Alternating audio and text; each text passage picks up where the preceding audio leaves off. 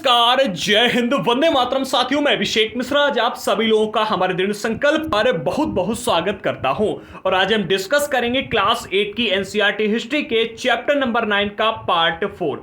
हमारे आज के इस चैप्टर का नाम है राष्ट्रीय आंदोलन का संगठन 1870 के दशक से 1947 तक। एंड इस चैप्टर के अभी तक 3 पार्ट ऑलरेडी आ चुके हैं, जिन 3 पार्टों में अभी तक हमने कई सारे आंदोलनों के बारे में जानकारियां प्राप्त की जो कि अंग्रेजों के खिलाफ भारत में हुए थे।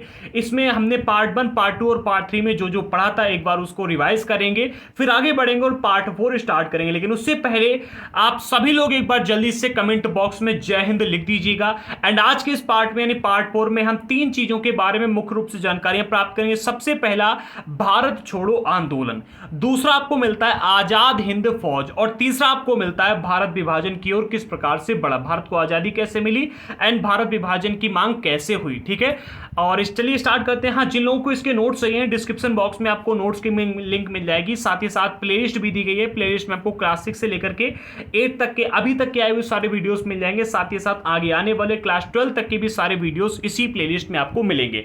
तो पार्ट 1 में हमने सबसे पहले डिस्कस किया राष्ट्रवाद का उदय किस प्रकार से हुआ। पहले हमारा देश से कई सारी रियासतों में बटा हुआ था, तो किस प्रकार से ये देश पूरा संगठित हुआ एंड देश में आजादी को लेकर के किस प्रकार से भावना जागृत हुई, किस प्रकार से कांग्रेस की स्थापना की गई, किस प्रकार से अलग अलग क्षेत्रों में संगठन बनने लगे, राजनीतिक दल बनने लगे जिन्होंने आजादी के लिए कार्य करना शुरू किया। इस चीज को हमने पार्ट 1 में डिस्कस किया। साथ ही साथ हमने ये भी डिस्कस किया कि उभरता हुआ राष्ट्र हमारे देश के जो लोग थे, इन्होंने देश में अपने अधिकार मांगने किस प्रकार से शुरू की, ये भी हमने पार्ट 1 में ही डिस्कस किया। ठीक है, पार्ट 2 में हमने डिस्कस किया स्वतंत्रता मेरा जन्मसिद्ध अधिकार, इसकी मांग कैसे की गई, इसको लेकर के कितने सारे उग्र मतलब आमूल परिवर्तनवादी नेता सामने आए। आप आज हमको कमेंट बॉक्स में ये बताइएगा कि स्वतंत्रता मेरा जन्मसिद्ध अधिकार ये नारा किसने दिया था, जल्दी से इसका आंसर दीजिएगा। ठीक है, आगे बढ़ते हैं। ये हमने जब डिस्कस किया तो इसमें हमने कई सारे आमूल परिवर्तनवादी नेताओं के बारे में पढ़ा, ये पार्ट 2 में हमने डिस्कस किया था। साथ ही साथ हमने भी डिस्कस किया कि जन राष्ट्रवाद का उदय कैसे हुआ, जनता के बीच में राष्ट्र के प्रति प्रेम कैसे लोगों ने जगाया, पूरी जनता को संगठित कैसे किया। ठीक है, आगे बढ़ते हैं।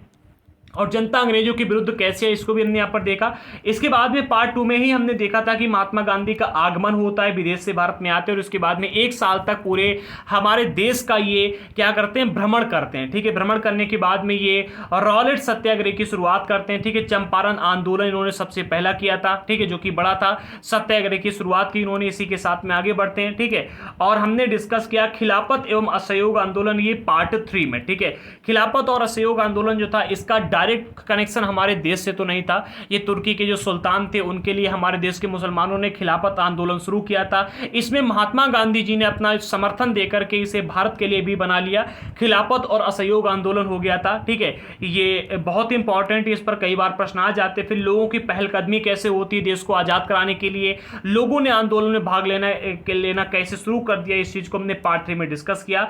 जनता की महात्मा गांधी जी को इतनी पॉपुलैरिटी कहां से मिली, जैसे कि आज आप देखते हो कि राष्ट्रपिता बन गए, तो महात्मा गांधी जी को इतने पॉपुलैरिटी कैसे मिली कि लोग जो भी काम करते थे अपनी उपलब्धि के लिए गांधी जी को श्रेय देने लगते थे। इस चीज को हमने यहां पर डिस्कस किया।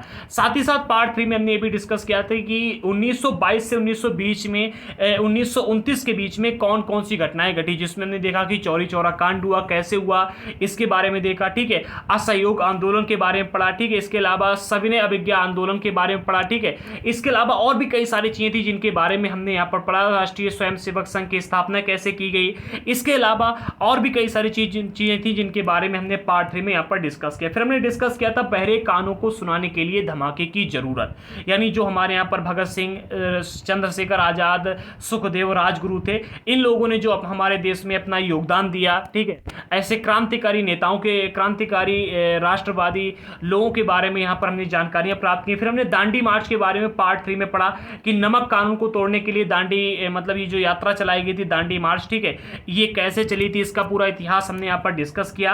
आज जो आपका टॉपिक स्टार्ट होता है वो यहां से होता है पार्ट 4। ठीक है, क्या है, भारत छोड़ो आंदोलन। देखो, ये जो आंदोलन है बहुत इंपॉर्टेंट है, इस पर कई बार प्रश्न आता है। इसका एक 2009 में सवाल आया था यूपीएससी आईएएस प्री में। सवाल ये आया था कि करो या मरो करने के नारा का संबंध किस आंदोलन से है। ठीक है, तो याद रखना भारत छोड़ो आंदोलन से इस नारे का संबंध है। मैं जब आप आज देख रहा था, ठीक है, क्वेश्चंस को, तो मुझे ये दिखा, तो मैंने सोचा कि आपको ये बता दिया जाए, याद रखना। अब आइए इसके बारे में हम जानकारियां प्राप्त करते हैं। तो 9 अगस्त 1942 को भारत छोड़ो आंदोलन की शुरुआत हुई और यह स्वतः स्फूर्ति आंदोलन था। यहां पर आपने दो चीजें देखी। सबसे पहला ये देखा कि भारत छोड़ो आंदोलन की शुरुआत कब हुई थी, 9 अगस्त 1942 को। दूसरी शब्द यह स्वतः स्फूर्ति आंदोलन था। अब यहां पर इस शब्द का इस्तेमाल किया गया है, स्वतः स्फूर्ति आंदोलन, ठीक, स्फूर्त आंदोलन। इससे पहले वाले जितने भी आंदोलनों के बारे में हमने पढ़ा उसमें इस शब्द का इस्तेमाल क्यों नहीं किया गया, क्या आप जानते हो? देखो क्या होता है, जब आप छोटे स्तर पर कोई काम करते हो तो बहुत कम लोग आपके साथ जुड़ते हैं। ठीक है, आप अगर वही काम थोड़े बड़े स्तर पर करते हो तो छोटे स्तर वाले लोग तो आपके साथ होते ही होते हैं, बाकी और भी कई सारे लोग आपके साथ आ जाते हैं। फिर आपने क्या किया, थोड़ा और मतलब बढ़ चढ़ के काम किया तो और अधिक लोग आ गए। जैसे आप देखोगे, आप देखते हो कोई एक पार्टी है, ठीक है, कोई एक पार्टी जब बनती है तो पहले छोटे से क्षेत्र में वो होती है। जैसे कि आपने देखा आज भाजपा जो है तो पूरे देश में, पूरे विश्व की सबसे बड़ी पार्टी बन गई, लेकिन एक टाइम पर जो भाजपा थी वो एक बहुत ही छोटी सी पार्टी थी। ठीक है, इसी तरह से जब आंदोलन हमारे यहाँ पर पहले शुरू में हुए थे तो अलग अलग क्षेत्रों में कई सारे आंदोलन होते थे। फिर धीरे धीरे क्या है कि कई सारे क्षेत्रों में कई सारे आंदोलन होने लगे। फिर एक आंदोलन होने लगा जो कि हर क्षेत्र में फैल जाता था, हर क्षेत्र के आंदोलन करने वाले लोग उस आंदोलन में शामिल हो जाते। इसी तरह से जब भारत छोड़ो आंदोलन हुआ तो पूरे देश के लोगों ने इसमें भाग लिया और इसमें दिन दूना रात चौगुना यह आंदोलन बढ़ा था। इसीलिए इस आंदोलन को स्वतः स्फूर्ति आंदोलन कहा गया। इससे पहले वाले जितने भी आंदोलन हुए थे उसने लोगों को जोड़ने का काम किया और लोगों को सरकार के मतलब लोगों को सरकारी क्षेत्र में अपनी मांगों को रखने का काम किया था। ठीक है, आगे बढ़ते। महात्मा गांधी जी ने दूसरे विश्व युद्ध के बाद अंग्रेजों के खिलाफ आंदोलन का एक नया चरण शुरू किया। उन्होंने अंग्रेजों को चेतावनी दी कि वे फौरन भारत छोड़ दें। गांधी जी ने जनता से आह्वान किया कि वे करो या मरो के सिद्धांत पर चलते हुए अंग्रेजों के विरुद्ध अहिंसक ढंग से संघर्ष करें। देखो यहां पर क्या होता है, कई बार लोग क्या करते हैं, एनसीईआरटी पढ़ते हैं और ऐसे शब्दों को पढ़ते हुए चले जाते हैं, चीजें उनके समझ में आती जाती हैं, लेकिन यहां पर क्या है कि पॉइंटों को छोड़ देते हैं। यहां पर आपने देखा गांधी जी ने, प्रश्न आ जाएगा कि आंदोलन की शुरुआत कब की। ठीक है, ये जो आपने देखा कि भारत छोड़ो आंदोलन है, भारत छोड़ो आंदोलन की शुरुआत कब की, तो दूसरे विश्व युद्ध के बाद में। कब? 9 अगस्त 1942 को। ठीक है, किसके खिलाफ? अंग्रेजों के खिलाफ। आंदोलन का ये नया चरण था जो कि स्वतः स्फूर्ति आंदोलन था।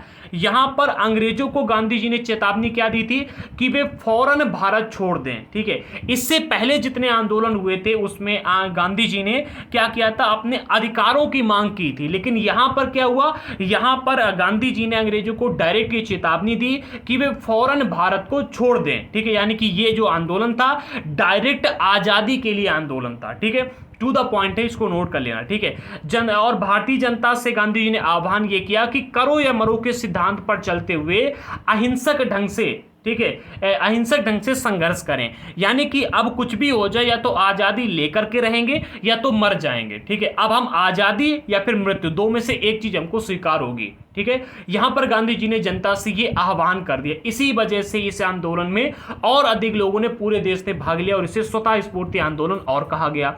आगे बढ़ते हैं। जब गांधी जी और कई सारे नेताओं ने इसमें बढ़ चढ़ करके भाग लिया और ये जो आंदोलन काफी बढ़ने लगा, तब गांधी जी और अन्य कई सारे नेताओं को फौरन जेल में डाल दिया गया।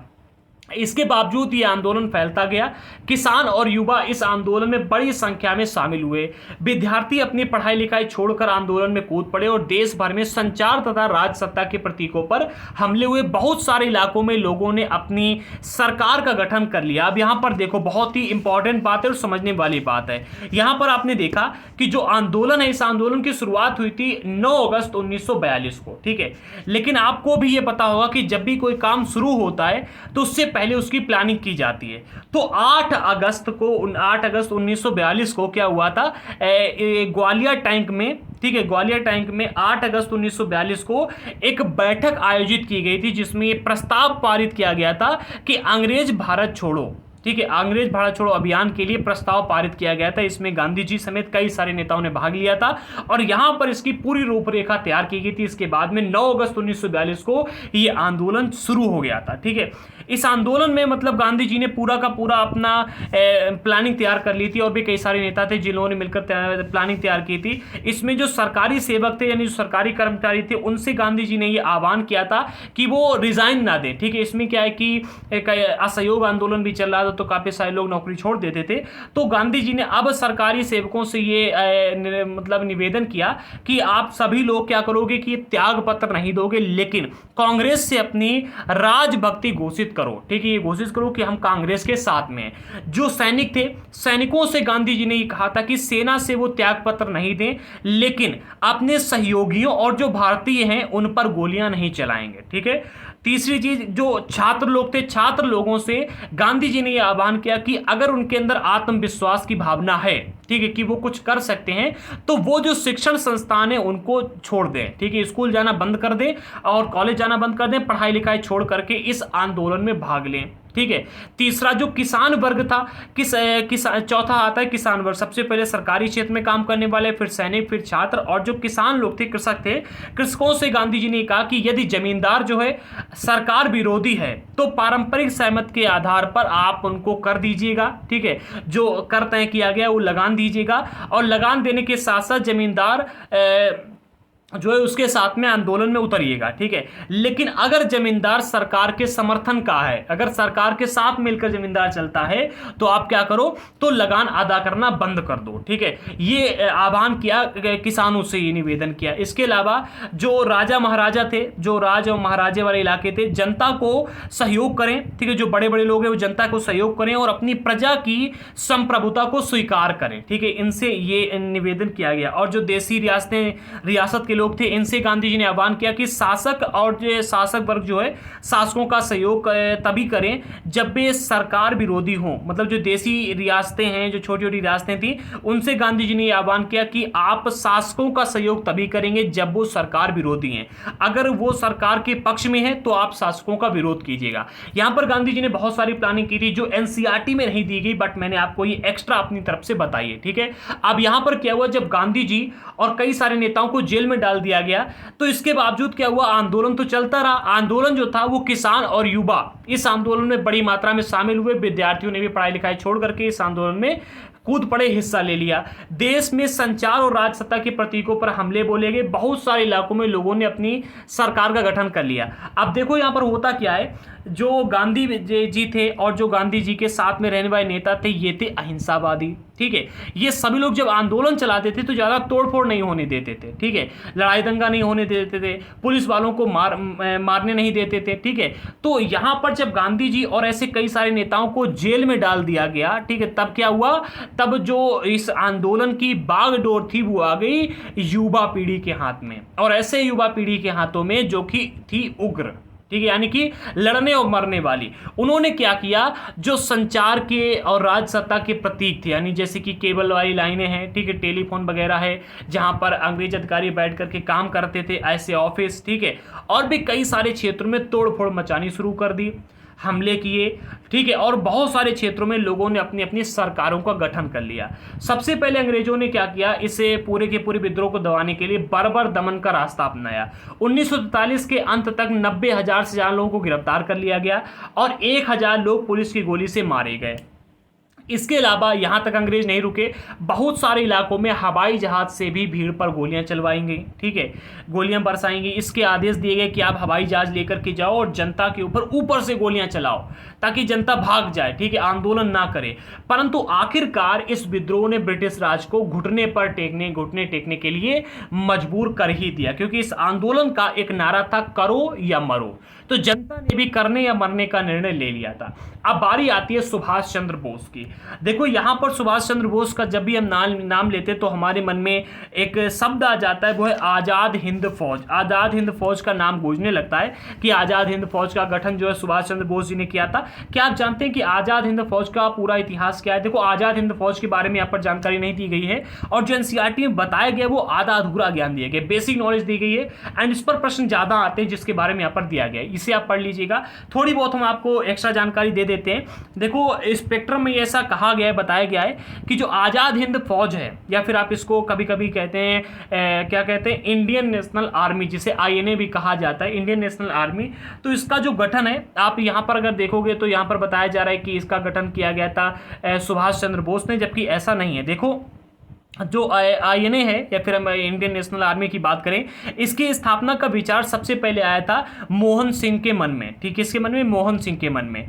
ये जो मोहन सिंह थे, ये मलाया में रहते थे। ठीक है, एक अधिकारी थे। कौन अधिकारी थे? तो ये मोहन सिंह ब्रिटिश सेना में एक भारतीय सैन्य अधिकारी थे। इनके मन में ये सबसे पहले ख्याल आया था। ठीक है, लेकिन जब ये देखो सब धीरे धीरे क्या था कि ये पहले ये अधिकारी थे ब्रिटिश सेना में, लेकिन धीरे धीरे ये साम्राज्यवादी ब्रिटिश सेना में सेवा करने के स्थान पर जापानी सेना की सहायता से अंग्रेजों को भारत से भगाने के लिए इन्होंने निश्चय कर लिया और उसी के लिए काम करने लगे थे। ठीक, इसके लिए उन्होंने क्या किया, सबसे पहले देखो उस टाइम पर विश्व युद्ध का समय था, तो विश्व युद्ध में जापानी सेना ने भारतीय युद्ध बंदियों को अपने पास रखा था। जो भारत के लोग थे उनको युद्ध क्षेत्र में बंदी बना करके लेकर के गए थे और अपने पास में रखा था।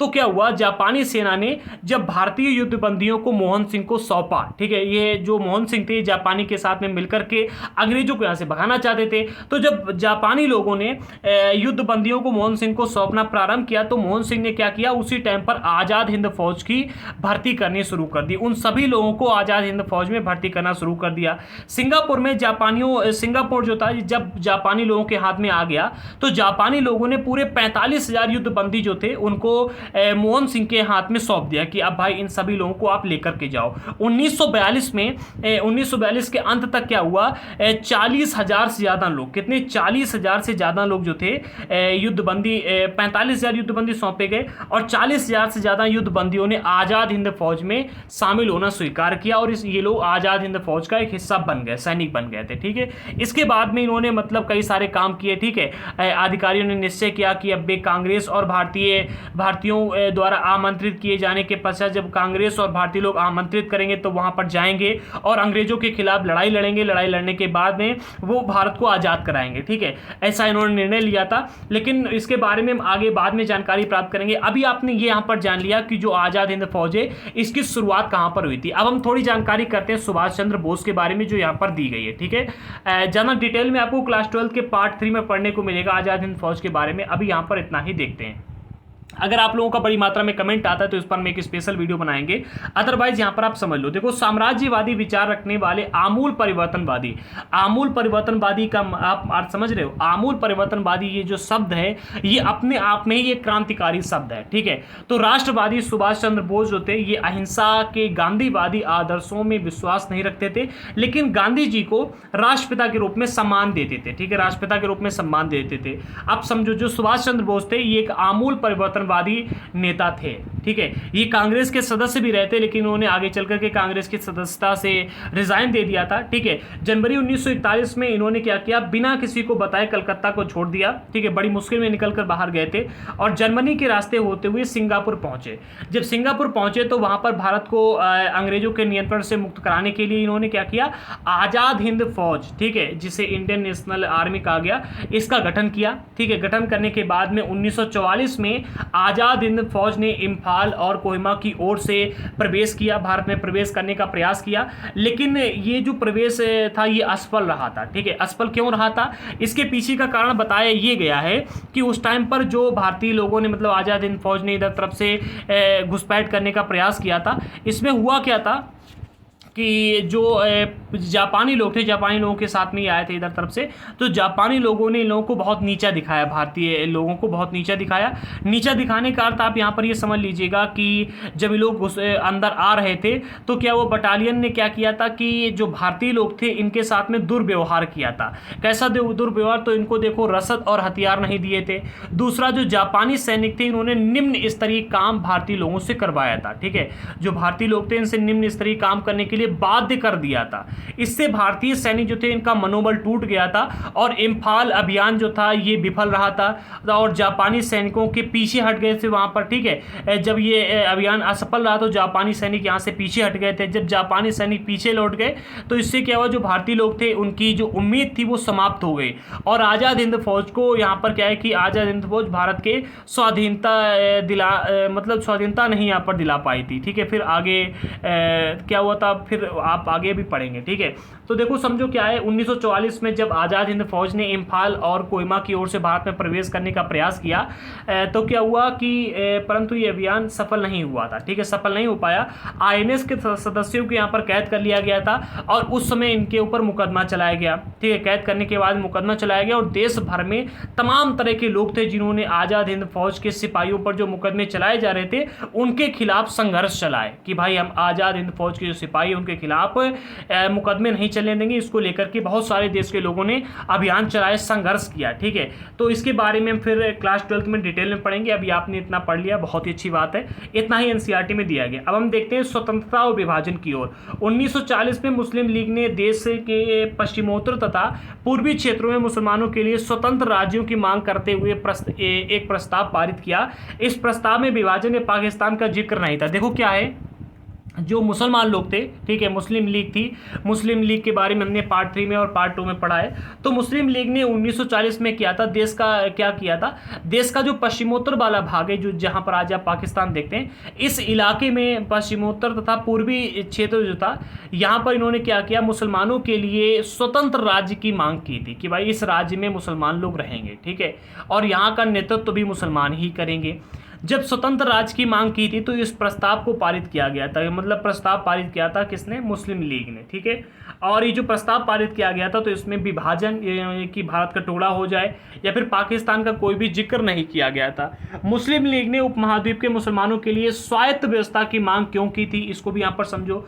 1930 के दशक में आखिरी सालों में लीग मुसलमानों और हिंदुओं को अलग अलग राष्ट्र मानने लगी थी। यहाँ पर इस शब्द को समझने के लिए आपको थोड़ा सा क्या है कि अलग हट के सोचना होगा। देखो एनसीईआरटी को केवल पढ़ने से काम नहीं चलता है, एनसीईआरटी को निचोड़ निकालना पड़ता है।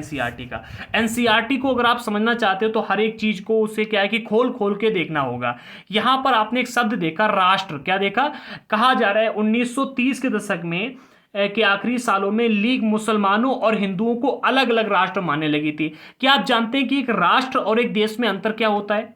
एक राष्ट्र जो होता है तो राष्ट्र का अर्थ है लोगों के उस समूह से जो एक समान संस्कृत पहचान रखते हो, ठीक है, जैसे कि हिंदू राष्ट्र, मुस्लिम, इस्लामिक राष्ट्र, ठीक है। और अगर देश की बात आए तो देश जो होता है, देश का अर्थ होता है एक स्टेट से जो कि राजनीतिक पहचान लागू करता है, ठीक है। तो जिसकी राजनीतिक पहचान हो वो होता है एक देश, ठीक है, और जिसकी एक क्या होती है, सांस्कृतिक पहचान होती है, उसे कहते हैं राष्ट्र, ठीक है। याद रखना, देखिए याद रखना, बहुत ही सरल सी परिभाषा है, आप लिख लीजिएगा। राष्ट्र का अर्थ क्या होता है, एक राष्ट्र का अर्थ लोगों के उस समूह से है जो एक समान राष्ट्रीय सांस्कृतिक पहचान रखते हैं, ठीक है। और देश की परिभाषा ले लीजिएगा, देश का अर्थ एक स्टेट से है जो कि स्वशासी राजनीतिक पहचान लागू करता है, ठीक है, पहचान पर लागू होता है, ठीक है, लिख लीजिएगा। तो यहां पर क्या कहा जा रहा है, 1930 के दशक के आखिरी सालों में मुस्लिम लीग जो थी ये हिंदू और मुसलमानों को अलग अलग राष्ट्र मानने लगी थी। इस विचार तक पहुंचने में 20 और 30 के दशकों में हिंदू और मुसलमानों के कुछ संगठनों के बीच हुए तनावों का बहुत बड़ा भाग रहा है। देखो जब हम आपको असहयोग और असहयोग आंदोलन के बारे में पढ़ा रहे थे, खिलाफत और असहयोग आंदोलन, ठीक है, तो उसमें हमने आपको बताया था कि भाई पूरे देश में हिंदू और मुसलमानों की एकता को लेकर के गांधी जी जोर दे रहे थे। और इसी टाइम पर जो 1920 से 30 के बीच का जो समय था, इसी टाइम पर क्या हो रहा था कि कई सारे इलाकों में हिंदू और मुसलमानों के बीच में बहुत अधिक झड़प भी हो रही थी, क्योंकि मुसलमानों का एक उस समय पर सिद्धांत था कि धर्म परिवर्तन करवाया जाए किसी भी तरह से, ठीक है। इस्लामिक राष्ट्र मतलब इस्लाम को बढ़ाने के लिए धर्म परिवर्तन करवाने लगे थे। और जब यहां पर हिंदू मुसलमान एकता का नारा दिया गया तो इसका इन लोगों ने फायदा उठाया था, ठीक है। तो इसमें क्या हुआ था, हिंदू और मुसलमानों के बीच में बहुत अधिक फासला बढ़ गया था। 1930 के दशक तक आते आते जो मुस्लिम लीग थी इसको ये समझ में आने लगा कि हिंदू और मुसलमान अलग अलग राष्ट्र हैं और ये एक साथ नहीं रह सकते, ठीक है। इस विचार तक पहुंचने में जो ये जो विचार आया था, इस विचार तक पहुंचने के लिए 20 और 30 के दशकों में जो हिंदू और मुसलमानों के कुछ संगठनों के बीच में तनाव जो हुआ था वो उसका बहुत बड़ा हाथ रहा था, ठीक है।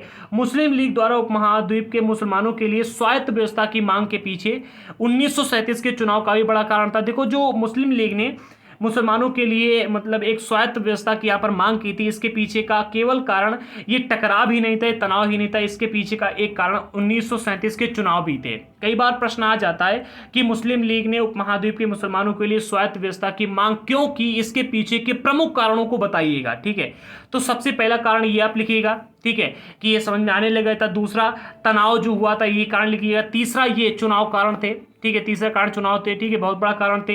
इस चुनाव में क्या हुआ था, लीग को इस बात का यकीन हो गया था कि यहाँ पर जो मुसलमान हैं वो अल्पसंख्यक हैं और किसी भी लोकतांत्रिक संरचना में उन्हें हमेशा गौण भूमिका निभानी पड़ेगी। यानी कि लीग को भय था कि संभव ऐसा हो सकता है कि मुसलमानों को प्रतिनिधित्व ही ना मिले, यानी कि मुसलमान कभी यहाँ पर शासक ही ना बन पाए। ठीक है, 1937 में मुस्लिम लीग जो थी संयुक्त प्रांत में यानी कि उत्तर प्रदेश में कांग्रेस के साथ मिलकर के सरकार बनाना चाहती थी। कौन? मुस्लिम लीग। ठीक है, परंतु कांग्रेस ने इस प्रस्ताव को स्वीकार नहीं किया, जिससे कांग्रेस और लीग के मध्य में फासला और बढ़ गया था। और यहां पर क्या था कि जो लीग थी, मुस्लिम लीग थी, इसको यहां पर और लगने लगा कि अब तो हमको एक अलग राष्ट्र चाहिए ही चाहिए। 30 के दशक में मुस्लिम जनता को अपने साथ लामबंद करने में कांग्रेस की विफलता रही थी। जो मुस्लिम जनता थी, 30 का दशक चला था, ठीक है, इसमें कांग्रेस ने मुस्लिम लोगों को अपने साथ में नहीं कर पाए थे, ठीक है, अपने साथ करने में मतलब ये विफल रही थी।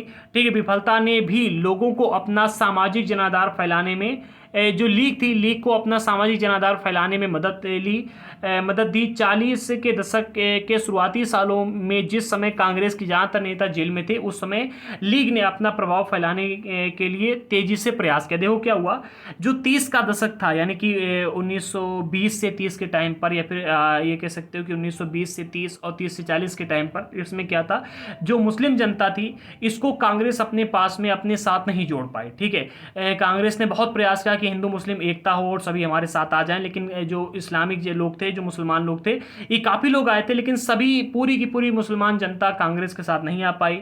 इसने क्या किया, जो मुस्लिम लीग थी इसको अपना सामाजिक जनाधिकार कि समाज में अपना प्रचार करना और समाज में अपने संगठन बनाने में काफ़ी मदद दी। इसके बाद में जब कांग्रेस के ज़्यादातर नेता जेल में बंद कर दिए गए थे, उस टाइम पर लीग जो थी इसने अपना प्रभाव फैलाना शुरू कर दिया और बहुत सारे मुसलमान लोगों को अपने साथ में जुटा लिया। ठीक है, 1945 में विश्व युद्ध खत्म होने के बाद अंग्रेजों ने भारतीय स्वतंत्रता के लिए कांग्रेस और लीग से बातचीत शुरू कर दी। ठीक है, जो 1945 का समय था, इस समय विश्व युद्ध खत्म हुआ था, और जब विश्व युद्ध खत्म हुआ उसके बाद में अंग्रेजों ने भारतीय स्वतंत्रता के लिए इस टाइम पर क्या था, भारत छोड़ो आंदोलन सफल रहा था।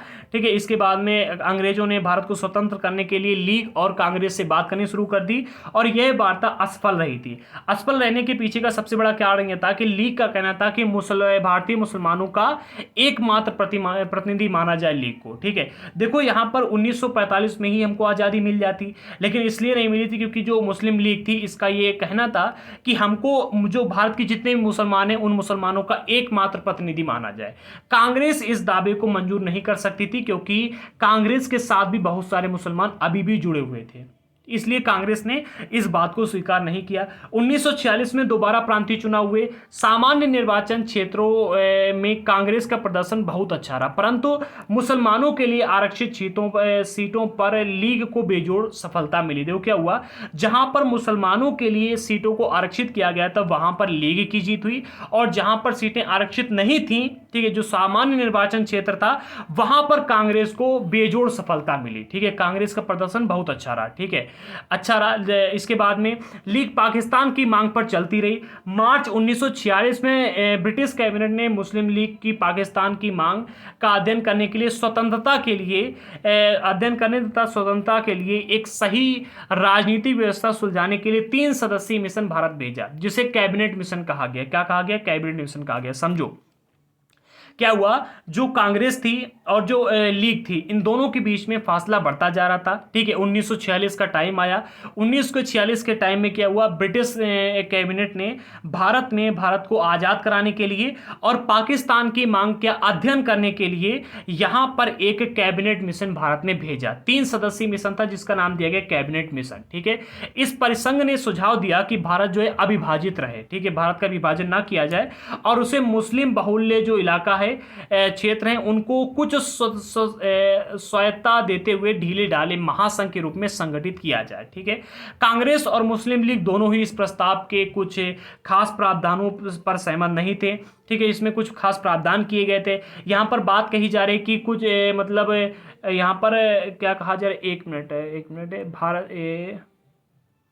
मुस्लिम बहुल क्षेत्रों में कुछ स्वायत्तता देते हुए, मतलब वहाँ पर कुछ छूट देते हुए कि यहाँ पर जहाँ पर मुसलमान ज़्यादा होंगे वहाँ पर मुसलमानों को स्पेशल छूट होगी। ठीक है, इसको लेकर के कांग्रेस और जो मुसलमान थे वो मतलब सहमत नहीं थे, क्योंकि कई सारे ऐसे इलाके थे जहाँ पर मुसलमान रहते थे लेकिन वहाँ पर अधिक मात्रा में मुसलमान नहीं थे, और कई सारे ऐसे इलाके थे जहाँ पर हिंदू रहते थे और वहाँ पर मुसलमान अधिक थे। तो इसको लेकर के कांग्रेस एक साथ नहीं थी, तो दोनों लोग जो थे वो इसके प्रावधानों से सहमत नहीं थे। अब देश का विभाजन जो था वो बिल्कुल होने ही वाला था।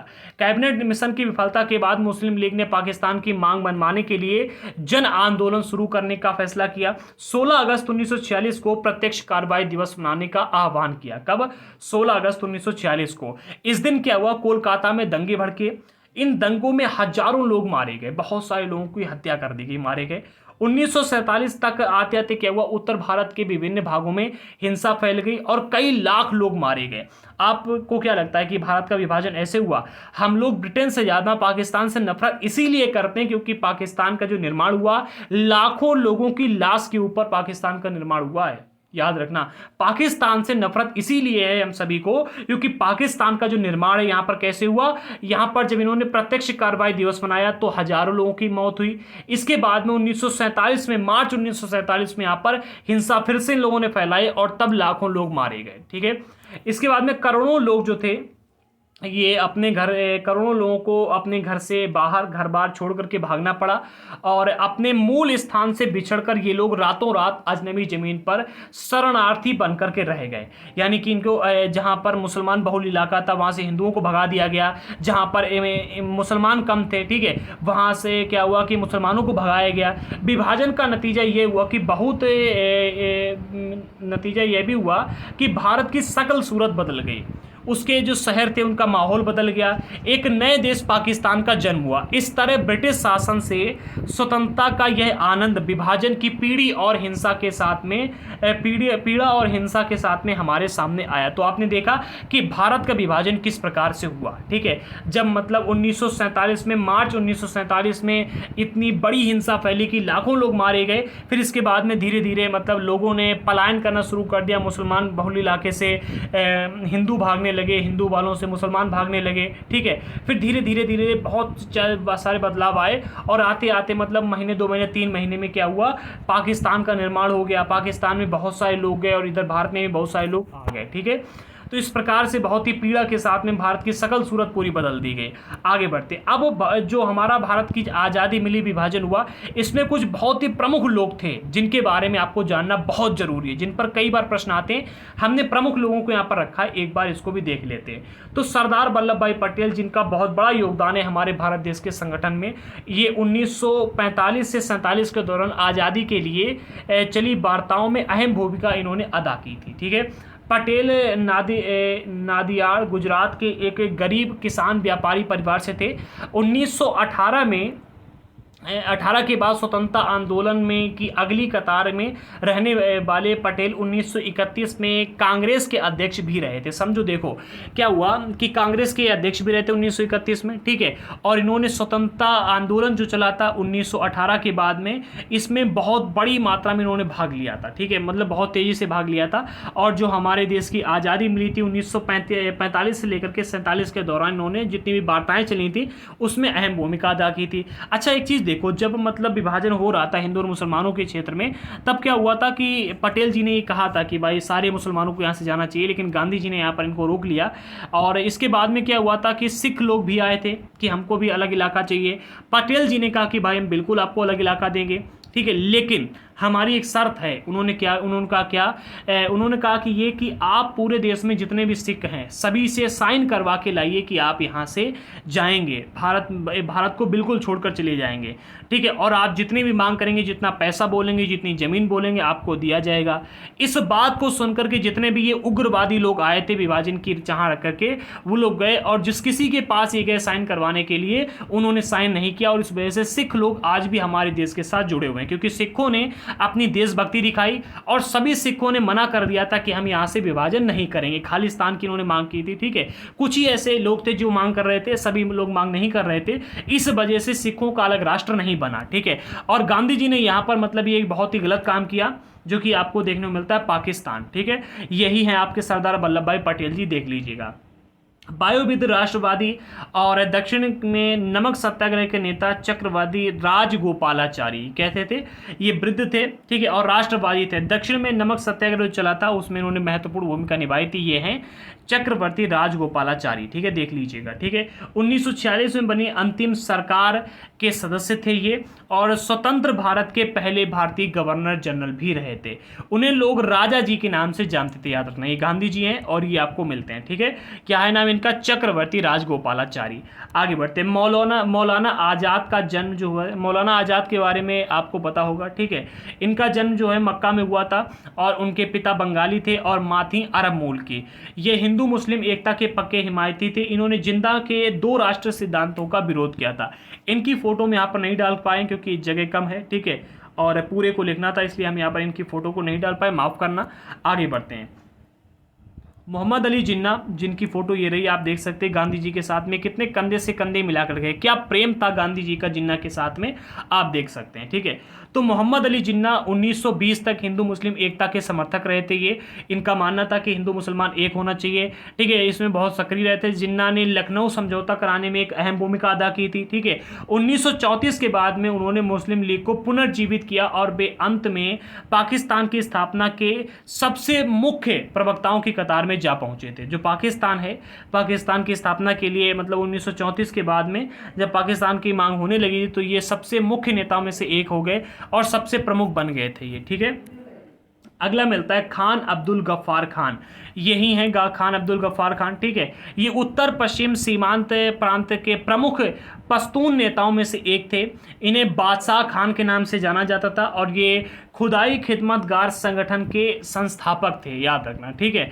और ये उनके प्रांत के पठानों में लोकप्रिय शक्तिशाली अहिंसक आंदोलन था, जो कि यहाँ पर आप देख सकते हैं खुदाई खिदमतगार संगठन, ये एक बहुत ही शक्तिशाली अहिंसक आंदोलन था।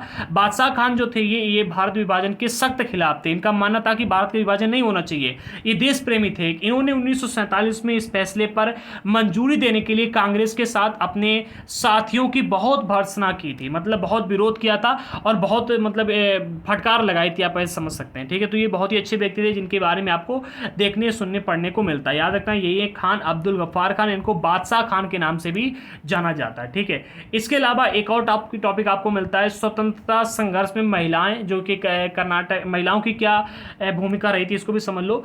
अंग्रेज अफसरों और भारतीय राष्ट्रवादी दोनों को लगता था कि महिलाओं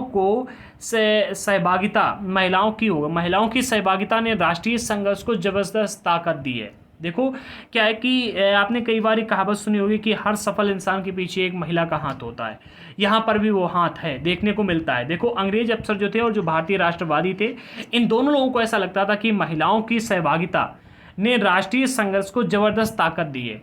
स्वतंत्रता आंदोलन में हिस्सेदारी के कारण महिलाएं घर से बाहर आने लगी थीं और इसने उन्हें विभिन्न व्यवसायों व शासन में जगह दिलाई और पुरुषों के साथ समानता का मार्ग प्रशस्त किया। देखो क्या है, आप देखोगे कोई भी बच्चा अगर शेर बनता है, ठीक है, तो उसके पीछे हाथ एक माँ का होता है, और कोई बच्चा अगर बिल्ली बनता है तो उसके पीछे का हाथ भी माँ का होता है। शेर का अर्थ ये नहीं कि जंगल में जाकर रहने लगे, शेर का अर्थ जैसे कि अगर मोदी बनता है, ठीक है, तो उसके पीछे का हाथ एक माँ का है, ठीक है, और अगर राहुल गांधी बनता है तो उसके पीछे भी हाथ एक माँ का ही है, ठीक है।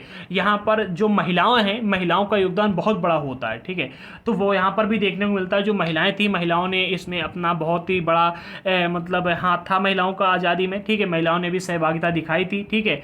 और कहा ऐसा जाता है जो महिलाएं निकलकर स्वतंत्रता आंदोलन में इन्होंने जो हिस्सा लिया था, इससे महिलाएं घर से बाहर निकल के आने लगी थी और आने के बाद में व्यवसाय और शासन में इन्होंने मतलब काफ़ी अपनी जगह बनाई थी और पुरुषों के साथ में समानता के मार्ग पर आ गई थी। कर्नाटक की अंबाबाई देखने को मिलती, इन्होंने स्वतंत्रता संघर्ष में महत्वपूर्ण योगदान दिया। इनका विवाह 12 साल की उम्र में हो गया था, ठीक है, और 16 साल की उम्र में ये विधवा हो गई थी। इन्होंने उडुपी में विदेशी कपड़ों और शराब की दुकानों की घेराबंदी की, उन्हें गिरफ्तार किया गया। जब भी वो जेल से बाहर आती थी तो सभाओं में भाषण देती थी और बुनाई कताई सिखाती थी, भारत प्रभात फेरी का आयोजन करती थी। यानी इन्होंने बहुत अच्छा काम किया था, ठीक है। इन्होंने आज़ादी को लेकर के कई सारी देखो आपको देखने को मिलता है इन्होंने क्या किया, जो शराब और कपड़े की दुकानें थी विदेशी, उनकी घेराबंदी की, इनको गिरफ्तार भी किया गया, जेल भी डाला गया, ठीक है। और बुनाई कताई का काम इन्होंने सिखाया कि भारत में कपड़ा बनने लगे, प्रभात फेरी आयोजित करती थी, तो इन्होंने काफ़ी काम किए। आंदोलन में हिस्सेदारी के अपने अधिकार को मनवाने के लिए महिलाओं को काफ़ी जद्दोजहद करनी पड़ती थी। देखो क्या है कि महिलाएं घर से बाहर निकलें, इसको लेकर के मतलब जो पुरुष वर्ग था वो स्वीकार नहीं करता था। तो जो महिलाएं इस मतलब आंदोलन में हिस्सा लेने के लिए जब भी आती थी तो उनको अपने घर वालों से और भी कई सारे पुरुषों से काफ़ी लड़ाइयाँ लड़नी पड़ती थी, ठीक है। अधिकार मंगवाने के लिए काफ़ी यदि कोशिश करनी पड़ती थी तब उनको ये देखने को मिलता है। उदाहरण के लिए आपको उदाहरण भी दिया गया, नमक सत्याग्रह के दौरान शुरुआत में खुद महात्मा गांधी ने महिलाओं की हिस्सेदारी का समर्थन में नहीं थे। देखो हाँ, बहुत ही अच्छा एग्जाम्पल है, महात्मा गांधी जी की यहाँ पर बात आ रही है। सत्याग्रह जब चला था नमक आंदोलन का, ठीक है, तो इसके दौरान जो महात्मा गांधी जी थे, खुद महात्मा गांधी भी महिलाओं की हिस्सेदारी के समर्थन में नहीं थे। महात्मा गांधी चाहते थे कि महिलाएं इसमें हिस्सा ना लें, लेकिन महिलाओं ने काफ़ी इसमें अपना मतलब आंदोलन चलाए, ठीक है, और इसमें हिस्सेदारी ली। आखिरकार सरोजिनी नायडू ने उन्हें इस बात के लिए तैयार कर लिया था कि महिलाओं को भी आंदोलन में शामिल होने दिया जाए, ठीक है। और बहुत ही बड़ी मात्रा में आकर के महिलाएं इसमें शामिल हुई थी और इसमें भाग लिया था, ठीक है। अभी तक जिन लोगों ने चैनल को सब्सक्राइब नहीं किया कर लें, ठीक है, और यूट्यूब को सब्सक्राइब करें, टेलीग्राम पर ज्वाइन कर लीजिएगा, टेलीग्राम पर क्विज वगैरह चलती रहती हैं, इंस्टाग्राम पर फॉलो कर लीजिएगा, फेसबुक पर अभी हमको फॉलो कीजिएगा। डिस्क्रिप्शन बॉक्स में सभी की लिंक आपको मिल जाएंगी। जिन लोगों को एनसीईआरटी के नोट्स लेने हैं डिस्क्रिप्शन बॉक्स में लिंक दे दी है, जाकर के लिंक से आप डायरेक्ट परचेस कर सकते हो, अदरवाइज आप हमको व्हाट्सएप पर मैसेज कर सकते हो, ठीक है, और व्हाट्सएप पर मैसेज करके भी आप नोट्स को परचेस कर सकते हो। बात यह है कि अगर आप लिंक से परचेस करते हो तो आपका क्या है कि ईमेल जो आप लगाती है, ईमेल पर डायरेक्ट आपके मेल आ जाते हैं, और अगर आप हमको व्हाट्सएप पर परचेस करते हो तो हम आपको व्हाट्सएप पर पीडीएफ सेंड करते हैं, ठीक है। ज़्यादा फर्क नहीं है, बट थोड़ा बहुत तो फर्क रहता ही है, ठीक है। फर्क ये है कि अगर आपके पास से ईमेल पर जो नोट्स आते हैं उससे आप 10 बार डाउनलोड कर सकते हो, और जो व्हाट्सएप पर हम आपको नोट्स भेजते हैं वो आप क्या है कि एक बार डाउनलोड कर लिया और अगर डिलीट हो गए तो डिलीट हो गए, ठीक है, फिर हमारी जिम्मेदारी नहीं रहती है। तो आप लिंक से परचेस कर लो, ज़्यादा बेटर रहेगा, डिस्क्रिप्शन बॉक्स में आपको मिल जाएंगी। मिलते हैं अगले वीडियो के साथ में, तब तक के लिए जय हिंद साथियों।